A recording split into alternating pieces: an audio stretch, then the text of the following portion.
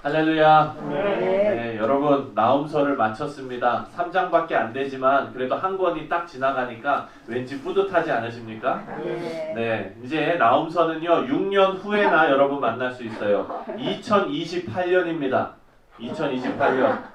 그때까지 여러분 건강하게. 네. 아멘. 하지만 여러분 생각해 보시면은요, 우리가 당장 내일이라도 성경을 열어서 나움서를 읽으면 6년 후에 만나게 될 나움서가 바로 다가오게 됩니다. 이것이 여러분 빠른 세월을 하나님의 말씀으로 잡는 겁니다. 아멘. 그래서 우리가 성경을 가까이 하고, 성경은 하나님의 말씀이고 인격이기 때문에 이 말씀을 자꾸 가까이 할 때 하나님께서 우리에게 더 큰 은혜 주실 줄 믿습니다. 네. 오늘은 이제 우리가 시편으로 돌아와서 79편을 묵상합니다.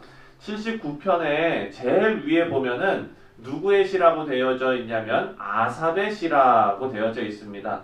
여러분, 아삽은 성가대장이었습니다. 3명 중에 1명이었는데 그 다른 사람을 보좌하던 사람이 이제 성가대장이 된 그런 아주 신실한 그런 사람입니다. 많은 찬송시를 지었습니다. 노래가 참 이 아삽의 시라고 되어져 있는 여러분 시편을 쭉 읽어보시면은요, 이 사람이 너무 솔직하다는 거를 알게 됩니다. 기도하실 때 어떤 분들은 참 솔직하게 기도하시는 분들이 계세요. 또 어떤 분들은 참 거룩하게 기도하시는 분들이 계시고, 또 어떤 분은 기도 안 하는 분들도 계시고. 그런데 여러분, 어떻게 이 아삽이라는 사람은 참 하나님 앞에 이렇게 솔직한 마음으로 기도할 수 있을까? 이게 참 부러운 일이거든요. 73편을 보면은요, 진짜 솔직한 아삽의 그런 마음이 나와 있습니다. 73편을 제가 잠깐 읽어드리겠습니다. 뭐라고 말하냐면은, 나는 거의 넘어질 뻔하였고 나의 걸음이 미끄러질 뻔하였으니 이는 내가 악인의 형통함을 보고 오만한 자를 질투하였음이니이다. 그들은 죽을 때에도 고통이 없고 그 힘이 강건하며 사람들이 당하는 고난이 그들에게는 없고 사람들이 당하는 재앙도 그들에게는 없나니. 이렇게 나와요. 이 얘기가 무슨 얘기냐면요, 나는 거의 넘어질 뻔하고 미끄러질 뻔하였다. 하나님, 저 시험 들 뻔했어요. 네. 하나님 정말 저 시험 들었어요. 이 얘기예요. 그리고 뭐라고 얘기하냐면은, 하나님 어떻게 악인이 이렇게 형통합니까? 어떻게 이렇게 오만한 자가 이렇게 잘 됩니까? 그들은 죽을 때도 고통 없이 죽고요. 내가 보니까 아주 힘이 강건하고요. 사람들이 당하는 고난이 그들에게는 없어요. 그리고 사람들이 당하는 재앙도 그들에게는 없어요. 하나님 어떻게 이렇게 일하십니까? 여러분, 하나님 앞에 기도하실 때 이렇게 기도해 보신 적 있으세요? 네. 정말 저 옆집 사는 사람들은 왜 이렇게 잘 됩니까? 막 이러면서. 네. 여러분, 그런데 이게 참 정말 솔직한 내용이에요. 솔직한 기도예요. 하나님 앞에 거룩하게 포장하고 보여지기 좋아하는 그런 거룩한 말로 기도하는 사람이 아닙니다. 이렇게 솔직한 아삽이, 오늘 본문도 아삽이 노래를 지어서 하나님 앞에 찬송으로 부릅니다. 그런데 이 시는 애가로 분류됩니다. 애가는 슬픈 노래지요. 이스라엘 백성들이 포로로 잡혀가 있는 그 이스라엘 공동체의 처지가 너무나 슬픈 것입니다. 그래서 하나님 앞에 솔직한 그 슬픈 마음을 기도로 찬송으로 올려드립니다. 먼저 1절부터 5절에 보면은 하나님 앞에 자신의 슬픔을 아뢰는 그런 내용이 나옵니다. 1절부터 5절에 보면 1절을 다 같이 한번 읽겠습니다. 시작. 하나님이여, 이방 나라들이 주의 기업의 땅에 들어와서 주의 성전을 더럽히고 예루살렘이 돌무더기가 되게 하였나이다. 예루살렘 성전이 다 망가진 거예요. 예루살렘, 하나님께서 어찌 보면은 이스라엘 백성들에게 주신 그 땅에 이방 사람들이 들어와서 모든 것을 다 초토화시킨 그 내용을 지금 말하고 있습니다. 포로가 된 이스라엘이 이방 나라들에게 얼마나 잔인하게 당했는지를 하나님께 아뢰고 있습니다. 그들의 잔인함은요, 여러분, 우리가 나움서를 읽으면서 얼마나 잔인하게 했는지를 우리가 배우지 않았습니까? 그런데 여러분 여기 지금 아삽이 지은 이 시기를 살펴보면은 아수르가 아니라 이제는 시기적으로 바벨론입니다. 그러니까 아수르를 멸망시킨 바벨론도 아수르만큼이나 잔인하게 행동했다는 거예요. 바벨론을 중심으로 하는 이방 군대가 성전을 모두 짓밟아 버린 그런 내용입니다. 이스라엘을 약탈하고 예루살렘에 수많은 사람들이 죽어서 그 피가 땅에 덮였다라고 슬퍼하며 하나님께 아뢰입니다. 아마 아삽에게는 이방 나라인 바벨론이 저렇게 강대국이 된 게 이해가 되지 않았을 것입니다.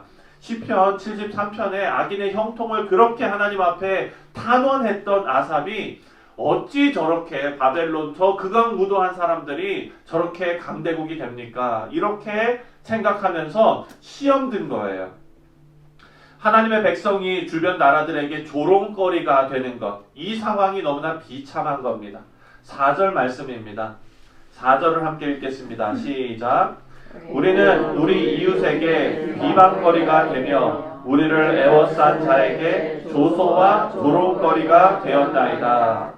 여러분 이런 비참함을 하나님께 아뢰고 있습니다. 기도하는 거예요. 하지만 아삽은요 이스라엘 백성들의 죄악도 잘 알고 있었습니다. 그냥 무턱대고 우리는 잘못한 거 아무것도 없는데 하나님 왜 내가 이런 고통을 당해야 됩니까? 왜 저기는 잘못했는데 잘해야 됩니까? 이렇게 철없이 하나님 앞에 아뢰는 것이 아니라 자기 자신과 이스라엘 백성들의 죄를 통감하면서 하나님 앞에 기도하고 있는 것입니다. 그래서 5절부터 11절까지는 이스라엘 백성들에 대한 용서를 하나님 앞에 구하고 또 그 원수들을 심판해 달라고 기도합니다. 8절 말씀을 다 같이 읽겠습니다. 8절 시작. 우리 조상들의 죄악을 기억하지 마시고 주의 긍휼로 우리를 속히 영접하소서. 우리가 매우 가련하게 되었나이다. 하나님 앞에 지금 긍휼을 구하는 기도를 하고 있습니다. 하나님 저를 불쌍히 여겨주세요. 여기서 중요한 사실을 우리가 발견할 수 있는데요. 아삽은 먼저 이방 나라의 포로가 되고 이런 고통을 당하는 이유가 무엇인지 정확히 알고 있다는 사실입니다. 이스라엘이 이런 수모와 고통과 이런 고난과 핍박을 당하는 그 이유는 지금까지 이스라엘이 하나님 앞에서 죄악을 차곡차곡 쌓아왔던 거예요. 이스라엘의 불순종과 회개하지 않고 그리고 멈추지 않았던 이스라엘의 죄, 그 이유라는 것을 하나님 앞에 분명하게 하고 있습니다. 그리고 이제 이스라엘이 회개하기 때문에 이런 고통을 없애주시고 해결해 달라고 하나님 앞에 기도하는 것입니다. 근데 여러분 여기에서 또 한 가지 중요한 사실을 우리가 생각할 수 있어요. 뭐냐면 이스라엘이 회개했기 때문에 이제 정신 차렸기 때문에 우리의 정신 차린 것을 보시고 하나님 용서해 주시고 구원해 주십시오 라고 기도한 게 아니라는 거예요. 우리는 많은 경우 그렇게 생각합니다. 내가 회개하고 내가 하나님 앞에 자복하고 내가 내 의지적으로 안 되는 거를 돌이켜서 어느 정도 깨끗하게 만들어 놓고 그렇게 하나님 앞에 서면 하나님께서 나의 노력을 보시고 나의 의지를 보시고 나를 용서해 주시겠지. 근데 이것은 잘못된 접근 방법이라는 것입니다. 오늘 여기서 너무 중요한 포인트는요. 아삽은 이스라엘 백성들이 회개하고 돌이키고 의롭게 되어서 하나님 앞에 서서 하나님 이제 이 정도 했으니 용서해 주십시오가 아니에요. 아삽이 붙잡는 것은 이스라엘의 회개와 노력이 아니라 자신들의 못난 모습에 대해서 하나님께서 긍휼함을 베풀어 주시기를 간절히 바라고 있는 것입니다. 이것을 간청하고 있어요. 주의 긍휼로 우리를 속히 영접하소서. 여러분 여기는 우리가 꼭 밑줄 쳐야 됩니다. 아멘. 중요한 포인트입니다. 회개할 때 나의 노력이 어떨 때는요 여러분 자랑이 될 수가 있어요. 네. 내가 돌이킨 것이 자랑이 될 수가 있습니다. 하나님께서 우리를 구원해 주신 것이 100% 하나님의 자비하심 때문인데 그것이 자랑이 될 수가 있어요. 그래서 여러분 우리가 사람들 앞에 간증할 때 참 조심해야 되는 게 바로 이겁니다. 간증은 뭡니까? 하나님의 기적을 그냥 사람들한테 자랑하는 게 간증이 아닙니다. 간증은요 하나님의 역사하심, 하나님의 전능하심을 드러내고 찬송하는 게 간증이 되어야 합니다. 아멘. 그런데 여러분, 많은 간증을 우리가 들어볼 때 어떤 일이 있냐면, 나는 참 나쁜 사람이었습니다. 그래가지고 이렇게 힘들게 되었습니다. 그런데 그때 하나님의 말씀이 생각나서 내가 이렇게 돌이키고 저렇게 돌이키고 했더니 아니 사업이 잘 풀리고 뭐가 잘 되고 막 이렇게 돼갖고 하나님 축복해 주셨습니다. 가만히 들어보면은 하나님이 잘 해주신 건지 아니면은 저분이 잘한 건지가 헷갈릴 때가 있어요.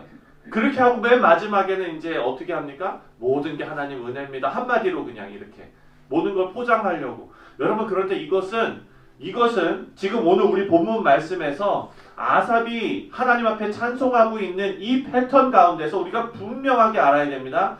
이스라엘의 회개와 돌이킴 때문에 하나님께서 구원해 주신 것이 아니라 그들의 못남과 그들의 잘못과 정말 그들의 어찌 보면은 구원받지 못할 계속해서 범죄를 지금 하고 있지 않습니까? 그럼에도 불구하고 하나님의 은혜와 자비와 긍휼하심이 그들을 끌고 가는 것입니다. 아멘. 이 하나님의 신실하신 사랑에 지금 아삽은 붙잡고 있는 거예요.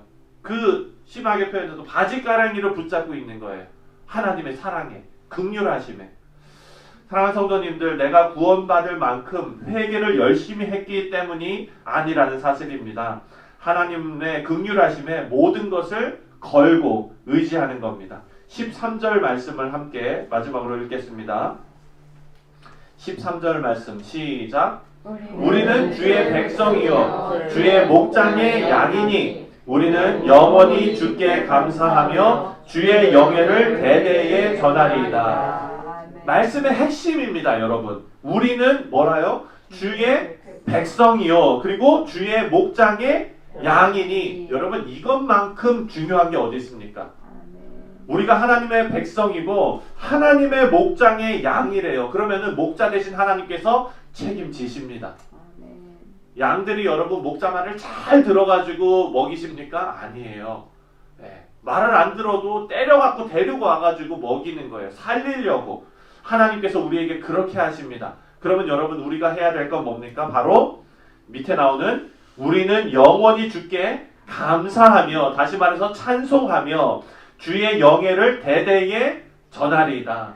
우리만 하나님 찬송하고 우리만 감사하고 하나님 부르실 때 데려가시면 그냥 따라가는 것이 아닙니다. 우리는 대대에 우리의 자손들에게, 우리의 형제 자매들에게 하나님의 놀랍고 그 하나님의 영광스러운 하나님 되심을 우리는 알려야 하는 것입니다.